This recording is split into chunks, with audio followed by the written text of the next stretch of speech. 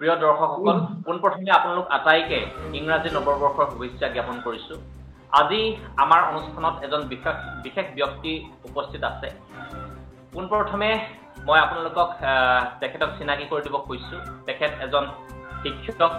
লগতে শিক্ষক হোৱাৰ লগতে এগৰাকী লাৰ্ণাৰ বুলিও ক'ব পাৰি। গতিকে মই আজি তেওঁৰ সৈতে আমি আজি আলোচনা বা এই বাৰ্তালাপ আলোচনা আমি কৰিম। আমি বিশেষকৈ তেখেতৰ শিক্ষকতাৰ জীৱন আৰু শিক্ষকতাৰ লগত জীৱনৰ লগত জড়িত বিভিন্ন কথা বতৰা পাতিম। লগতে যিহেতু মই কৈছোৱেই যে তেখেত এজন লাৰ্ণাৰ, গতিকে তেখেতৰ বৰ্তমান তেখেত নেট আৰু স্লেটৰ এই দুইটা পৰীক্ষাত অৱতীৰ্ণ হৈছে। গতিকে এই দুইটা পৰীক্ষাৰ সন্দৰ্ভতো তেখেতৰ সৈতে কিছু আমি জানিবলৈ চেষ্টা কৰিম। গতিকে পোনপ্ৰথমে মই আপোনালোকক চিনাকি কৰি দিব খুজিছোঁ। মোৰ এজন বন্ধু শিক্ষক, বৰ্তমান তেখেত লখিমপুৰৰ নিবাসী। গতিকে মই পোনপ্ৰথমে তেওঁক চিনাকি কৰি দিব খুজিছোঁ। আমাৰ মাজত আছে মণ্টু নাথ ডাঙৰীয়া। আপোনাক আমি অসমীয়া লাইভলৈ স্বাগতম জনাইছোঁ ডাঙৰীয়া। ধন্যবাদ। আমাৰ এই স্বাগতম জনাইছোঁ। হয়, ধন্যবাদ। মই পোনপ্ৰথমে আপোনাৰ শিক্ষকতাৰ জীৱন সম্পৰ্কে ক'ত কেতিয়া আপুনি পোনপ্ৰথমে শিক্ষকতাৰ জীৱনৰ পাতনি মেলিলে আৰু আজি আহি বৰ্তমান আপুনি কোন ঠাইত শিক্ষকতা কৰি আছে, এই যাত্ৰাটোৰ বিষয়ে কিছু চমুকৈ আমাৰ দৰ্শকসকলক পোনপ্ৰথমে জনাব। নমস্কাৰ। ইতিমধ্যে মোৰ পৰিচয়টো আপোনালোকে জনাইছে। মোৰ বন্ধু মান্যবৰ দেৱকৰ ডাঙৰীয়া। পোনপ্ৰথমে মই আপোনাৰ লগতে সমূহ অসমবাসী, ভাৰতবাসী তথা বিশ্ববাসীক মই ইংৰাজী নৱবৰ্ষৰ আন্তৰিক শুভেচ্ছা আৰু শুভকামনা জ্ঞাপন কৰিছোঁ। মই বৰ্তমান এগৰাকী শিক্ষক, প্ৰাথমিক বিদ্যালয়ৰ শিক্ষক। 2012 চনত মই টেট পৰীক্ষাত উত্তীৰ্ণ হৈছিলোঁ আৰু উত্তীৰ্ণ হৈ মই বৰপেটা জিলাত 4 বছৰ আৰু ধুবুৰী জিলাত প্ৰায় 7.5 বছৰ শিক্ষকতা কৰি মই বৰ্তমান লখিমপুৰ জিলাৰ নাওবৈচা শিক্ষাখণ্ডৰ এখন বিদ্যালয়ত মই শিক্ষকতা কৰি আছোঁ। আৰু মোৰ শিক্ষকতা জীৱন বুলি ক'লে মোৰ জীৱনটো খুব সহজ সৰল বুলি ক'লে মোৰ ভুল হ'ব। মই খুব এটা প্ৰত্যাহ্বানৰ মুখামুখি হৈ মই জীৱনটো আগবাঢ়িবলগীয়া হৈছে। মই মোৰ আৰ্থিক অৱস্থা, ঘৰৰ যিটো আৰ্থিক অৱস্থা সিমান সবল নাছিল, যাৰ কাৰণে মই মোৰ মামাৰ ঘৰ ৰঙিয়াত, মই মামাৰ ঘৰত থাকি 4ৰ্থ শ্ৰেণী পাছ কৰি 5ম শ্ৰেণীত মোৰ মামাৰ ঘৰ ৰঙিয়াত আহি এডমিশ্যন লৈছিলোঁ। তাৰপিছত মই তাৰ পৰা তেনেকৈ মেট্ৰিক পাছ কৰিলোঁ। মেট্ৰিক পাছ কৰাৰ পিছত মই আকৌ ঘৰলৈ উভতি গ'লোঁ। উভতি যোৱাৰ পিছৰ পৰাই মোৰ জীৱনৰ প্ৰত্যাহ্বান আৰম্ভ হৈছে। তাৰপিছত মই হাই ছেকেণ্ডেৰী পাছ কৰিলোঁ। হাই ছেকেণ্ডেৰী পাছ কৰাৰ পিছত ঘৰৰ আৰ্থিক অৱস্থা টনকিয়াল নথকা বাবে মই গুৱাহাটীলৈ আহিলোঁ। মই সেই বছৰ এডমিশ্যন ল'ব নোৱাৰিলোঁ। মোৰ ৰিজাল্ট খুব ভাল হৈছিল হাই ছেকেণ্ডেৰীত। মই পলিটিকেল ছায়েন্সত লেটাৰ পাইছিলোঁ, কিন্তু মই সেই বছৰ এডমিশ্যন ল'ব নোৱাৰিলোঁ বিভিন্ন আৰ্থিক অসুবিধাৰ বাবে। তাৰপিছত হয়, আমাৰ অকণমান নেটৱৰ্কৰ প্ৰব্লেম হৈছিলে, পুনৰ আৰম্ভ কৰক। হয়, তাৰ পিছৰখিনি কৰক, কৈ যাওক। হয়, তাৰপিছত মই তেনেকৈ জীৱনটো আগবঢ়াই গৈ আছোঁ। মোক মানুহ এজনে কৈছিলে, মই মানুহ এজনক লগ পাইছিলোঁ মোৰ জীৱনৰ হয়তো আটাইতকৈ মূল্যৱান সময়খিনিত। মই এজন দাদা এজন লগ পাইছিলোঁ, তেখেতৰ ঘৰ শিৱসাগৰ। মই তেখেতৰ নাম ক'ব লাগিব, অপূৰ্ব শইকীয়া। সেই দাদাজনৰ উৎসাহ আৰু উদ্দীপনাৰ ফলত মই আজি এইখিনি মই পাবলৈ সক্ষম হৈছোঁ। মোক সদায় তেখেতে এনকাৰেজ কৰিছিল আৰু আজিলৈকে তেখেতে এনকাৰেজ কৰি আহিছে। তাৰপিছত মই তেনেকৈ গ্ৰেজুৱেশ্যন কৰিলোঁ। ইয়াৰ মাজতে মই চাকৰিটো পালোঁ। সেইটোৱে মোক অকণমান আৰ্থিকভাৱে অকণমান সকাহ দিলে। তাৰপিছত মই মাষ্টাৰ ডিগ্ৰী কৰিলোঁ। কৰি পেলাই এতিয়া নেট ইতিমধ্যে মই স্লেট কমপ্লিট কৰিছোঁ। আপোনালোকে জানে যে সহকাৰী অধ্যাপক পদৰ বাবে যি পৰীক্ষা হয়, আমি সেই সম্পৰ্কে আলোচনা কৰিম বাৰু আপোনাৰ সৈতে। আমি যেহেতু আপুনি এজন শিক্ষক আৰু বৰ্তমান চৰকাৰে গুণোৎসৱৰ দৰে এক উৎসৱ বা এক আঁচনিৰ জৰিয়তে আমাৰ চৰকাৰী খণ্ডৰ যিবিলাক বিদ্যালয় আছে সেই বিদ্যালয়সমূহৰ শৈক্ষিক মানদণ্ড উন্নত কৰাৰ কাৰণে কিছু প্ৰচেষ্টা লোৱা দেখা গৈছে আপুনি কি ক'ব এই গুণোৎসৱে আমাৰ ছাত্ৰ ছাত্ৰীসকলক আমাৰ চৰকাৰী খণ্ডৰ ছাত্ৰ ছাত্ৰীসকলক কি ধৰণে উপকৃত কৰিব বুলি বা কি ধৰণে উপকৃত কৰিছে বুলি আপুনি মন্তব্য আগবঢ়াব আপোনাৰ আপুনি কি ধৰে এই সন্দৰ্ভত আপোনাৰ মতামত আগবঢ়াব হয় পোনপ্ৰথমে মই আমাৰ অসমৰ তেতিয়াৰ শিক্ষামন্ত্ৰী আৰু বৰ্তমানৰ মুখ্যমন্ত্ৰী মহোদয় ডক্টৰ হিমন্ত বিশ্ব শৰ্মা তেখেতৰ যি দূৰদৰ্শী চিন্তা বা শিক্ষা জগতখনত বিশেষকৈ আমাৰ অসমৰ যি শিক্ষা জগতখনক তেওঁৰ যি সপোন যে আগবঢ়াই নিয়াৰ বাবে পোনপ্ৰথমে মই তেখেতৰ নাম ল'ব লাগিব তেখেতক মই শলাগিছোঁ কাৰণ মই এজন শিক্ষক গতিকে আজি এই যি গুণোৎসৱৰ যিটো পৰ্যায় পালে তেখেতৰ চিন্তাৰ সেই বীজৰে আজি পটবৃক্ষ এটা বুলি ক'ব লাগিব তেখেতে প্ৰথমবাৰৰ বাবে তেখেতে যেতিয়া 2017 চনত তেখেতে প্ৰথমবাৰৰ বাবে তেখেতে গুণোৎসৱ অসমত প্ৰৱৰ্তন কৰিছিলে তাৰপিছত 2 বছৰ মাজতে গ্যাপ হৈ গ'ল মানে আমাৰ কৰোনা কালৰ যি বিভীষিকাৰ বাবে গ্যাপ হৈ গ'ল তাৰপিছত একেৰাহে চলি আছে আৰু এই যি গুণোৎসৱ মানে গুণো থাকিব লাগিব লগতে এটা উৎসৱৰো মানে এটা যাতে বিদ্যালয়ত মানে হয় এই গুণোৎসৱে একচুৱেলি আমাৰ যিসমূহ প্ৰাথমিক বিদ্যালয় বিশেষকৈ যেহেতু গুণোৎসৱটো প্ৰাথমিক পৰ্যায়ৰ পৰা নৱম শ্ৰেণীলৈকে হয় বিশেষকৈ প্ৰাথমিক মানে শ্ৰেণীৰ মই কথাটো ক'ব বিচাৰিছোঁ কাৰণ যেহেতু মই এগৰাকী প্ৰাথমিক বিদ্যালয়ৰ শিক্ষক গুণোৎসৱে আমাৰ ছাত্ৰ ছাত্ৰীৰ লগতে শিক্ষক আৰু আমাৰ সমাজৰ বিশেষকৈ যিসমূহ ব্যক্তিয়ে হয়তো এই মানে গুণোৎসৱৰ আগত তেওঁলোকে মানে বিদ্যালয়ৰ লগত ইমান জড়িত হোৱা নাছিলে এতিয়া মানে এখন গাঁৱত এখন প্ৰাথমিক বিদ্যালয় আছে মানে গাঁৱৰ প্ৰতিগৰাকী ব্যক্তিৰে এটাই চিন্তা যে আমাৰ ওচৰত এজন ইভালুৱেটৰ আহিব বাহিৰৰ মানুহ আহিব বাহিৰৰ আলহী আহিব তেখেতক আমি কি ধৰণে সেৱা শুশ্ৰূষা কৰিব পাৰোঁ সেইটো কথা আহি পৰে তাৰপিছত ছাত্ৰ ছাত্ৰীৰ যি উৎসাহ আপুনি বিশ্বাস কৰিব নোৱাৰিব ছাত্ৰ ছাত্ৰীসকলে প্ৰায় 6 মাহ আগৰ পৰাই তেওঁলোকে ৰেডি হৈ থাকে যে আমাৰ গুণোৎসৱ কেতিয়া আহিব আৰু এই গুণোৎসৱে তেখেতসকলৰ এই ছাত্ৰ ছাত্ৰীসকলৰ যথেষ্ট মানে এটা যোগাত্মক চিন্তা তেওঁলোকৰ মনত জগাবলৈ সক্ষম হৈছে আৰু ছাত্ৰ ছাত্ৰীসকলক ডিসিপ্লিন কৰিছে প্ৰথম কথা আপোনালোকে এতিয়া গম পাব যে গুণোৎসৱৰ বতৰ বৰ্তমান চলি আছে হয়তো আপোনালোকে প্ৰাথমিক বিদ্যালয়ত গলে গম পাব ছাত্ৰ ছাত্ৰীসকলে এই গুণোৎসৱক লৈ ইমান উৎসাহ উদ্দীপনা দেখা যাব যে আপুনি নিজকে এজন এনেকুৱা লাগে যে সঁচাই আমি এজন প্ৰাথমিক বিদ্যালয়ৰ শিক্ষক হৈ যেন আমি যথেষ্ট সুখী বুলি ক'ব লাগিব বৰ্তমান পৰ্যায়ত আৰু মই মানে বৰ্তমান যে আমাৰ শিক্ষা বিভাগৰ লগত যিসকল জড়িত ব্যক্তি আমাৰ বৰ্তমানৰ শিক্ষামন্ত্ৰী ডক্টৰ ৰনোজ পেগু ডাঙৰীয়া সহিতে সমূহ বিষয়ববীয়া তথা আমাৰ চৰকাৰৰ প্ৰতিগৰাকী মই আমাৰ মুখ্যমন্ত্ৰীৰ সহিতে আটাইকেইগৰাকী মন্ত্ৰীকে মই ধন্যবাদ জ্ঞাপন কৰিছোঁ যে আপোনালোকে ইমান সুন্দৰভাৱে অকল শিক্ষা বিভাগে এই ক্ষেত্ৰত জড়িত হোৱা নাই বিভিন্ন বিভাগৰ মানুহ ইয়াতে এংগেজ কৰিছে আৰু তেখেতসকলে আহি আমাৰ যি শিক্ষাৰ যিটো গতিধাৰা কি পৰ্যায়ত আছে আৰু কি পৰ্যায়লৈকে আমাক লৈ যাব পাৰিম সেই বিষয়ে আমি বহু সময়ত আমাৰ মাজত যিসমূহ আলোচনা হয় সেই বিষয়ে আমি দেখা পাওঁ আপোনাৰ বিদ্যালয়ত এতিয়া গুণোৎসৱ যেহেতু চলি আছে গতিকে আপোনাৰ বিদ্যালয়ত চলি আছে নে শেষ হ'ল এই সম্পৰ্কে অকণমান আপোনাৰ বিদ্যালয়ৰ গুণোৎসৱ হয় মই বৰ্তমান লখিমপুৰ জিলাত মই যেহেতু মানে কৰ্মৰত বৰ্তমান লখিমপুৰ বৰ্তমান শিক্ষকতা কৰি আছে সেই সম্পৰ্কে জনাই দিব কোনখন শিক্ষকতা কৰি আছে সেই সম্পৰ্কে অকণমান জনাই দিব মই বৰ্তমান শিক্ষকতা কৰি আছো লখিমপুৰ জিলাৰ নাওবৈচা শিক্ষা খণ্ডৰ 1 নং হাতিয়ামৰা এলপি স্কুল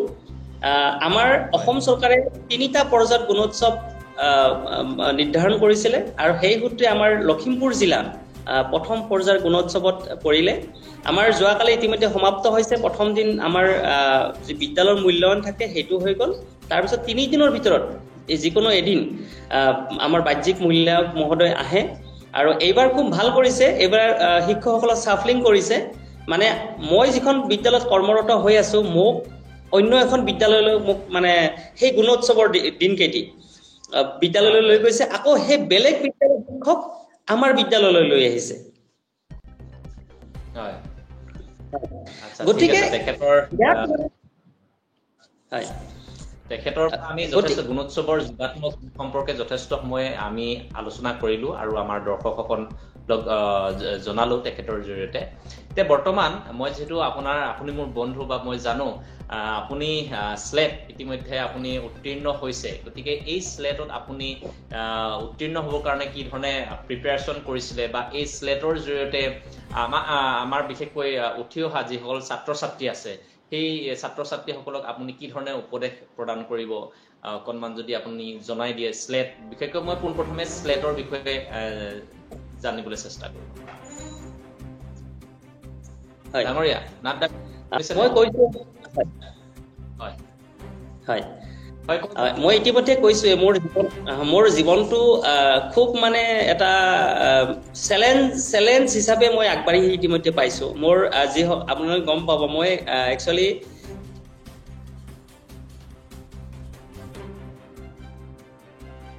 এজন শিক্ষকৰ ল'ৰা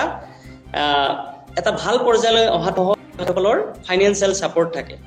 মই এনেকুৱা এখন ঘৰৰ ল'ৰা য'ত নেকি লগীয়া হৈ যায় গতিকে সেই তেনেকুৱা পৰ্যায়ৰ মাজেৰে যিহেতু মই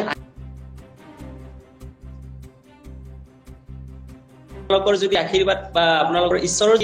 আশীৰ্বাদ মোৰ ওচৰত থাকে তেতিয়াহ'লে নিশ্চয় হয়তো আগন্তুক দিনত মই যিকোনো কলেজ এখনত হয়তো মই অধ্যাপনা কৰাৰ মই সুযোগ নিশ্চয় পাম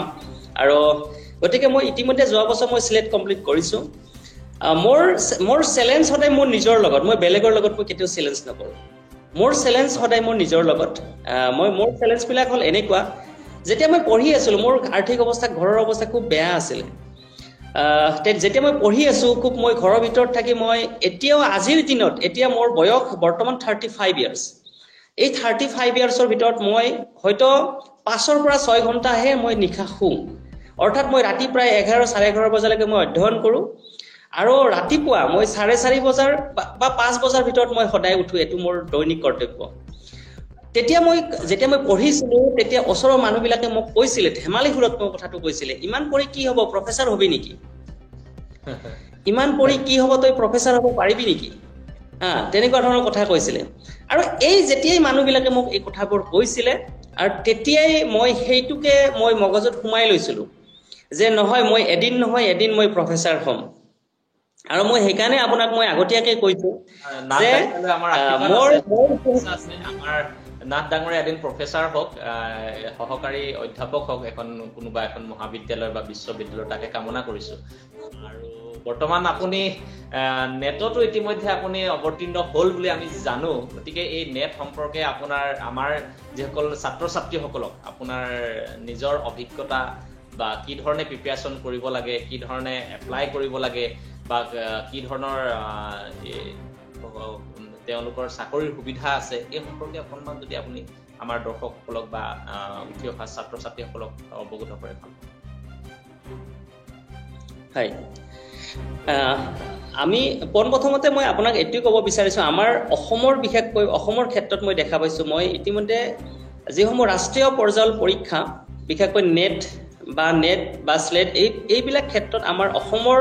ল'ৰা ছোৱালী অকণমান অৱহেলা যেন দেখা পাইছোঁ আৰু মই ইতিমধ্যে মোৰ ফেচবুকত মই লিখিছিলোঁ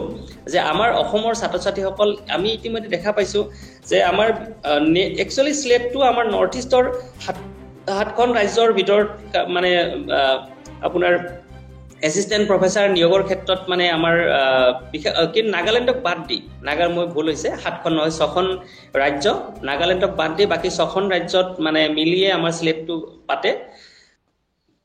মই স্লেট পৰীক্ষাত দেখা পাইছিলোঁ আমাৰ অসমৰ ছাত্ৰ ছাত্ৰী বা অসমৰ যিসমূহ পৰীক্ষাৰ্থী খুবেই তাকৰ যদি 100জন ছাত্ৰ ছাত্ৰী আছে আপুনি তাৰ ভিতৰত হয়তো 8 বা 10জন ছাত্ৰ ছাত্ৰীহে আপুনি দেখা পাব অসমৰ কিন্তু পৰীক্ষাটো অসমতেই হয় গুৱাহাটীতেই হয়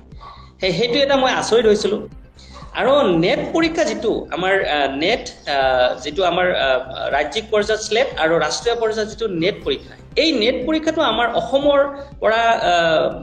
মানে উত্তীৰ্ণৰ হাৰ বা অৱতীৰ্ণৰ হাৰ খুবেই কম, অৱতীৰ্ণৰ হাৰ খুবেই কম। গতিকে এটা কথা মই ক'ব লাগিব, আমাৰ উঠি অহা যিসমূহ ছাত্ৰ ছাত্ৰী আছে যে MA পাছ কৰিছে বা MA বৰ্তমান এটা সুবিধা কৰিছে UGCয়ে কি, আপুনি 4th ছেমিষ্টাৰ যেতিয়াই আপুনি পাব, 3rd ছেমিষ্টাৰ যেতিয়া আপুনি কমপ্লিট কৰিব তেতিয়াই আপুনি নেটত বহিব পাৰে। অৰ্থাৎ নেটটো এটা যথেষ্ট প্ৰত্যাহ্বানমূলক পৰীক্ষা হয়। তাত মানে আমাৰ যিহেতু ৰাষ্ট্ৰীয় পৰ্যায়ৰ পৰীক্ষাৰ লগত, যিহেতু ৰাষ্ট্ৰীয় পৰ্যায়ৰ এটা পৰীক্ষা, অৰ্থাৎ আপুনি অসমৰ ল'ৰাজনে যিটো পৰীক্ষা দিব লাগিব, বিহাৰ বা গুজৰাট বা দিল্লী বা কাশ্মীৰৰ ল'ৰা এজনে সেই একেটা পৰীক্ষাকে দিব লাগিব। গতিকে আমাৰ অসমৰ ক্ষেত্ৰত যিহেতু আমি অসমীয়া মাধ্যমত পঢ়া শুনা কৰা বা আমাৰ বাহ্যিক নলেজটো খুব কম, মানে বিশেষকৈ আমাৰ অসমৰ প্ৰান্তত কম, মই কথাটো কৈছোঁ। যিসকলে বাহিৰত পঢ়িব গৈছে এই তেখেতসকলৰ কথাটো বেলেগ। গতিকে আমাৰ কাৰণে এটা চেলেঞ্জ হয়। আৰু এইবাৰ মই 3rd টাইম হ'ব নেট, আৰু মই নেটত ইতিমধ্যে মই 92 স্ক'ৰ এইবাৰ কৰিছোঁ। গতিকে ফাইনেল ৰিজাল্ট ওলোৱা নাই এতিয়ালৈকে। মই যিহেতু ফাৰ্ষ্ট প্ৰভিজনেল লিষ্ট ওলাইছে, ফাৰ্ষ্ট প্ৰভিজনেল লিষ্টত মোৰ ইতিমধ্যে মই ক্লিয়াৰ দেখাইছে। নাজানো এতিয়া, মই আশাবাদী, ঈশ্বৰে যদি মোক আশীৰ্বাদ দিয়ে, হয়, মোৰ যাতে মনৰ আশা পূৰণ হয়, হয়, মই এইটোকে কামনা কৰিছোঁ। আৰু মোৰ সৰুৰ পৰা মোৰ এটা, যেতিয়াই মোক মানে মানুহে উপলুঙা কৰিছিল যে ইমান পঢ়ি কি হ'ব,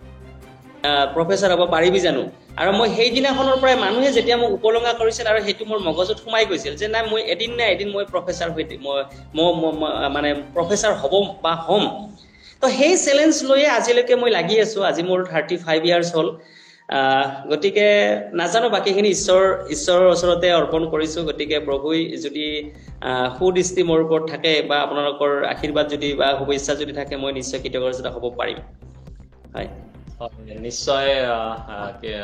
ডাঙৰীয়া, যথেষ্ট আপুনি অনুপ্ৰেৰণামূলক বক্তব্য আগবঢ়ালে। আৰু এই সম্পৰ্কত আমাৰ এই নেট আৰু স্লেট কেতিয়া অনুষ্ঠিত কৰে, সেই সম্পৰ্কে বা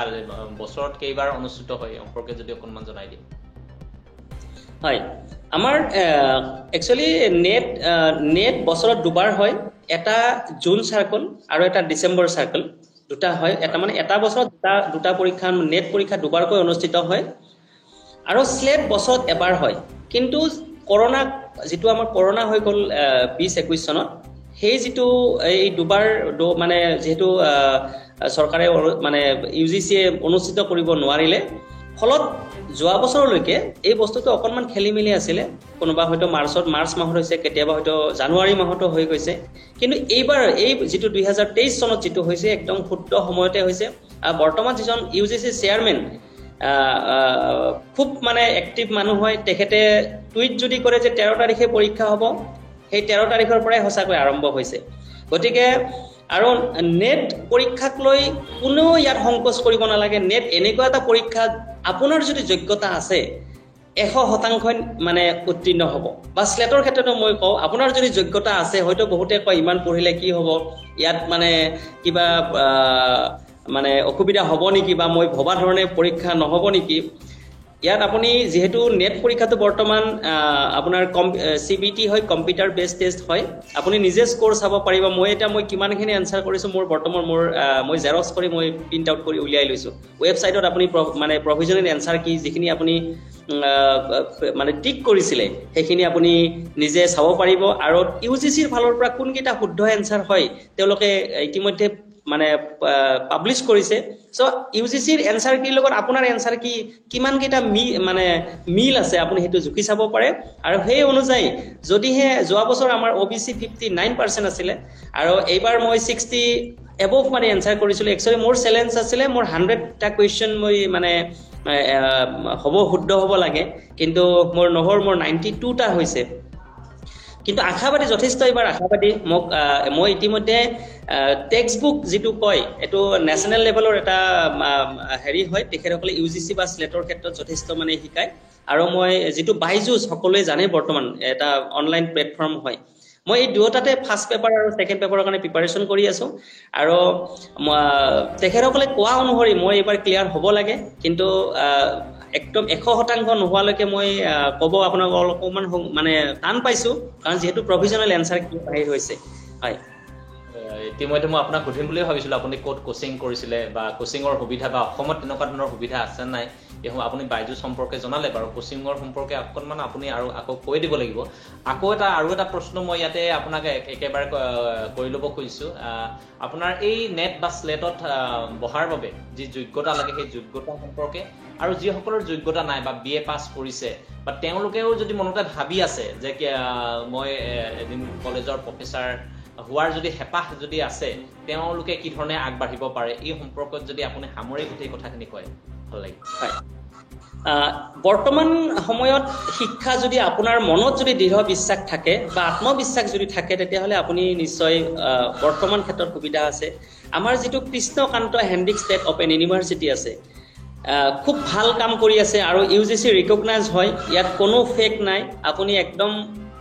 পৰীক্ষা দিয়ক ভালদৰে তাত আপুনি যদি BA পাছ কৰি পেলাই যে ভাবিছে যে মই MA পঢ়া নহ'ল গতিকে মই নোৱাৰিম গতিকে তাতকৈ আপুনি MA তুৰান্ত মানে নিজৰ যিসমূহ আপোনাৰ পছন্দৰ ছাবজেক্ট অসমীয়া ইংৰাজী পলিটিকেল ছায়েন্স আপুনি যিকোনো ছাবজেক্টত আপুনি এডমিশ্যন লওক তাত ভালকৈ পৰীক্ষা দিয়ক আৰু OBCৰ ক্ষেত্ৰত 55% আৰু জেনেৰেলৰ ক্ষেত্ৰত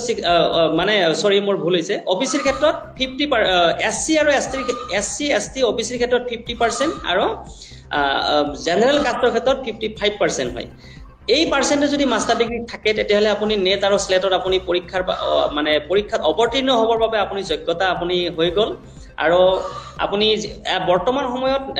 অনলাইন বহুত প্লেটফৰ্ম আছে কিন্তু এক নম্বৰত মই কৈছো মোৰ সাবজেক্টটো হ'ল ৰাজনীতি বিজ্ঞান পলিটিকেল সায়েন্সত মই MA পাছ কৰিছো আৰু ৰাজনীতি বিজ্ঞানৰ ক্ষেত্ৰত প্ৰদ্যুমান ত্ৰিপাঠী বুলি এগৰাকী ভাল তেখেতে দুবাৰ JRF পাইছে মানে কম বয়সৰ ল'ৰা কিন্তু খুব কেয়াৰ হয় আৰু এখেত মানে পলিটিকেল সায়েন্সৰ ক্ষেত্ৰত টেক্সট বুক বুলি এপ এটা আছে আপুনি গুগলত সাৰ্চ কৰি চাব পাৰে বা ইউটিউবত পাই যাব পাৰে আৰু ফাৰ্স্ট পেপাৰ মানে দুখন পেপাৰ থাকে এটা এখন ফাৰ্স্ট পেপাৰখন কমন হয় আপুনি অসমীয়া সাবজেক্ট থাকিলে আপুনি সেইখন পেপাৰ দিব লাগিব ইংৰাজী সাবজেক্ট থাকিলে সেইখন পেপাৰ দিব লাগিব ম্যাথ সাবজেক্ট যদি থাকে তথাপিতো সেইখন পেপাৰ দিব লাগিব আৰু ফাৰ্স্ট পেপাৰৰ কাৰণে তুলিকা ৰায় বুলি মেডাম এগৰাকী আছে আৰু PT হুদা বুলি মেম এগৰাকী আছে খুব কেয়াৰ হয় আৰু মোক পাৰ্সোনালি তেখেতসকলে মানে মই বিশেষকৈ অসমৰ ক্ষেত্ৰত মানে মই পাইছো মানে যেহেতু অসমৰ মানে মানুহ মানে তাত এডমিশ্যনৰ ক্ষেত্ৰত খুব কম মানে তেখেতসকলে মোৰ ব্যক্তিগতভাৱে মোক মানে যোগাযোগ কৰে বা মই তেখেতসকল ব্যক্তিগতভাৱে মোক কেতিয়াবা এনকাৰেজ কৰে সো আপোনালোকে ইউটিউবত মানে এই বিষয়ে আপোনালোকে বিচাৰিলে পাই যাব গুগলত বিচাৰিলে পাই যাব আৰু মই এটাই কথা কৈছো আত্মবিশ্বাস থাকিলে পৃথিৱীৰ যিকোনো কাম কৰাৰ কাৰণে আপোনাৰ কাৰণে সম্ভৱ আৰু সদায় এটা কথাই মই আপোনাক মোৰ অভিজ্ঞতাৰ ফালৰ পৰা মই কৈছো যে মানুহে যে চ্যালেঞ্জ কৰে যে এইজন মানুহ ধনী হৈছে গতে মানে মই কিয় হ'ব পৰা নাই তাতকৈ আপুনি মই চ্যালেঞ্জ কৰি মোৰ নিজৰ ওপৰত যে মই এই তেওঁৰ যদি এইখিনি কৰিব পাৰিছে মোৰ যোগ্যতা ক'ত কম আছে মই সদায় নিজৰ যোগ্যতাক লৈ মই প্ৰশ্ন কৰো আৰু মই নিজে চ্যালেঞ্জ কৰো মই কিয় নোৱাৰিম মোৰ কম ক'ত আছে গতিকে মই সেই কাৰণে মই এটা কথাই কম আপোনাৰ যদি আত্মবিশ্বাস আছে নিজকে যদি প্ৰস্তুত কৰিম বুলি ভাবিছে ভৱিষ্যতৰ কাৰণে ভাল ব্যক্তি হিচাপে বা আপুনি যদি এগৰাকী প্ৰফেসৰ হিচাপে যদি কৰাৰ আপোনাৰ যদি সপোন আছে সপোন বাস্তৱত কৰিব পাৰিব এটাই আপোনাৰ আত্মবিশ্বাস লাগিব যে মই সকলোৱে যদি পাৰিছে মই নিশ্চয় পাৰিম হয়তো